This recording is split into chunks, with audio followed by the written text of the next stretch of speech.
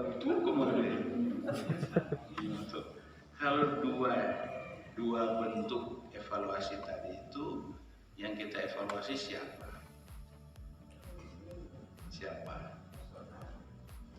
Mahasiswa, peserta didik.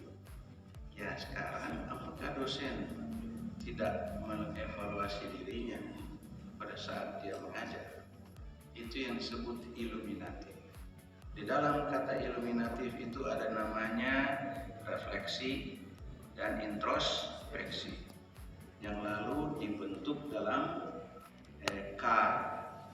Classroom Action Research. Kalau sekarang zaman now bagaimana?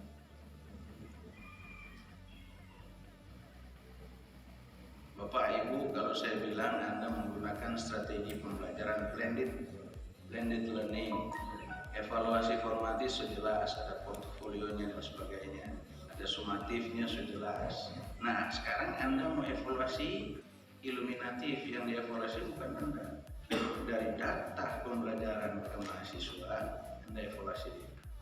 Refleksi diri, 3 kali refleksi, 4 kali introspeksi. Anda bisa bikin contoh bagi kita? Anda bisa tunjukkan contohnya yang sudah pernah berbuat di kelas, refleksi diri. Ada? Nah, itu pekerjaan rumah. Nanti mau jawabnya. Untuk evaluasi sudah selesai. Sekarang transparan terakhir. Strategi pembelajaran konstruktivisme. Strategi yang paling gampang disebut di sini active learning. Bagaimana active learning?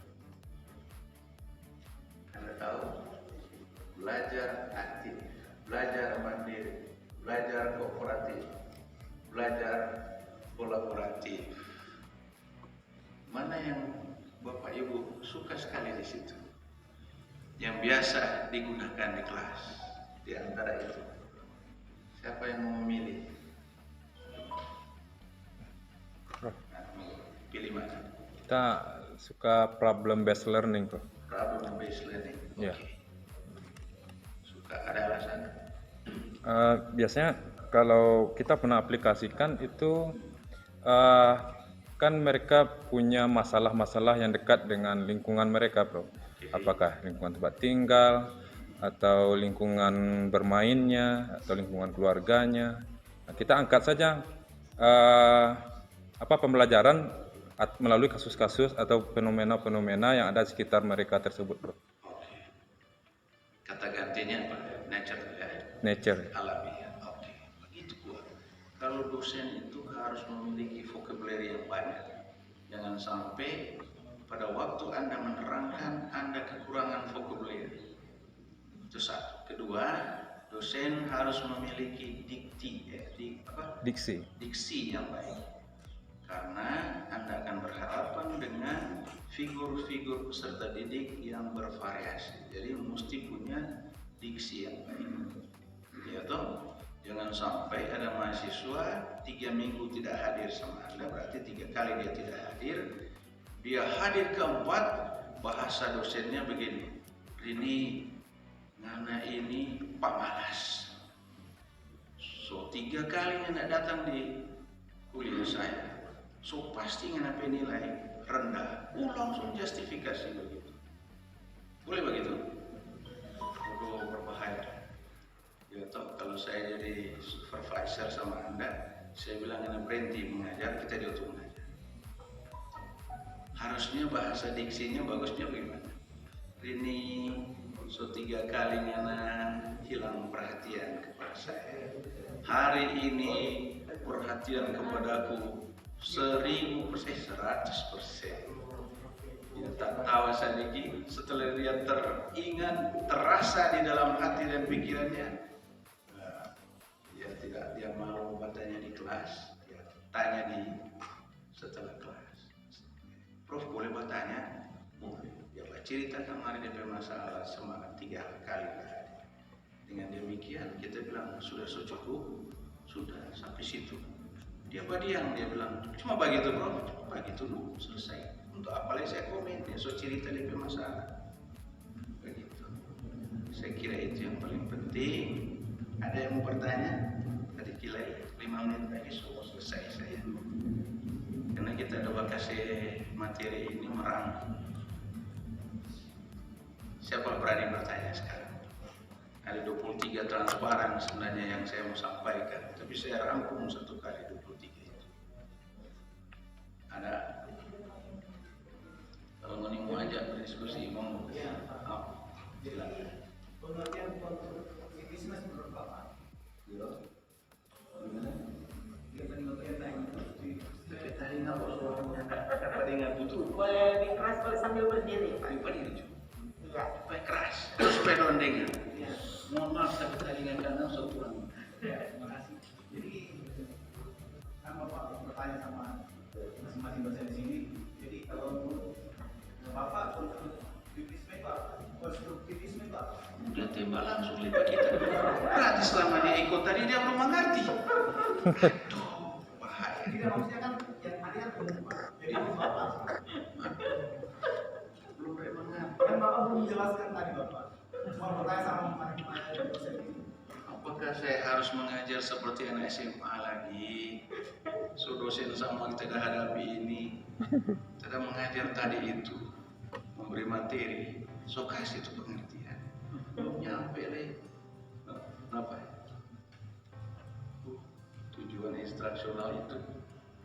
Coba konsep konstruktivisme.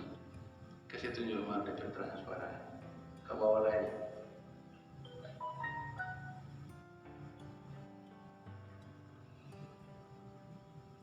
Itu sebuah itu di situ.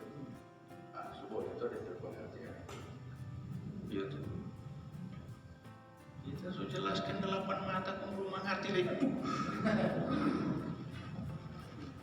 Kesimpulannya begini, Pak. Sebagai seorang dosen, ya biasakan berpikir kreatif, kemudian bertindak kreatif, dari jadi invensi. Ketika dia jadi invensi di dalam diri Anda, maka akan jadi inovasi di dalam diri siswa. Itu namanya konstruktivisme. Orang Islam ketika berbunyi azan maghrib, apa yang dia harus lakukan? Tuh, maksud saya itu.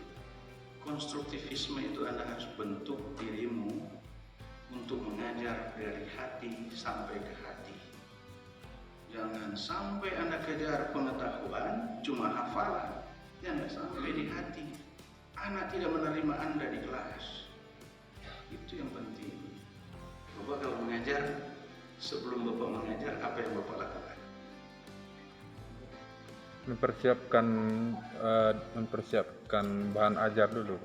Itu namanya bahasa pendidikannya apa? Apa ya? Bahasa pendidikannya mempersiapkan anak untuk belajar atau peserta didik untuk belajar. Bahasa pendidikannya Persepsi. So tahu kok masih putra gugup tuh. Di RPS tuh. Nah, ada lagi yang mau bertanya sebelum ditutup? Takut Masih katanya. ada 8 menit. Masih ada 8 menit. 8 menit lagi. Oke. Mesti tagih, mesti. Bapak, mohon maaf langganan nih. Bapak mesti bertanya betul. Oke, silakan. Kita kalau kasih materi, sentuh tuh pikiran, sentuh tuh perasaan. Kita bikin tuh perasaan tersinggung betul. Sampai marah kita. Ujung-ujungnya datang bertanya. Nah, sekarang Bapak bertanya.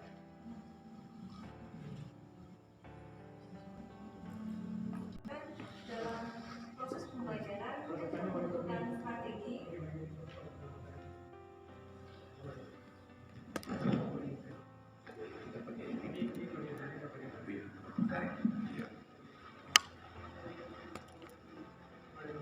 Ya, supaya kuat. Ya, oke. evaluasi terhadap pendidik dan evaluasi terhadap yang mendidik. Ya, pertanyaannya, strategi apa sih yang paling pas kita gunakan dalam pembelajaran daring pada saat sekarang ini? Seperti yang Maria Bumi bilang tadi itu kan dia menggunakan problem based learning. Nah, apakah dalam pembelajaran daring seperti ini strategi seperti apa yang paling pas dan cocok untuk kita terapkan dalam pembelajaran? Terima kasih.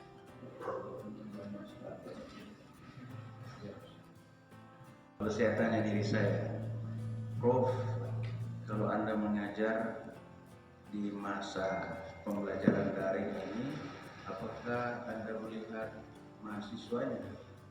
Jawabnya, saya lihat dengan jelas. Apakah Prof bisa melihat satu persatu?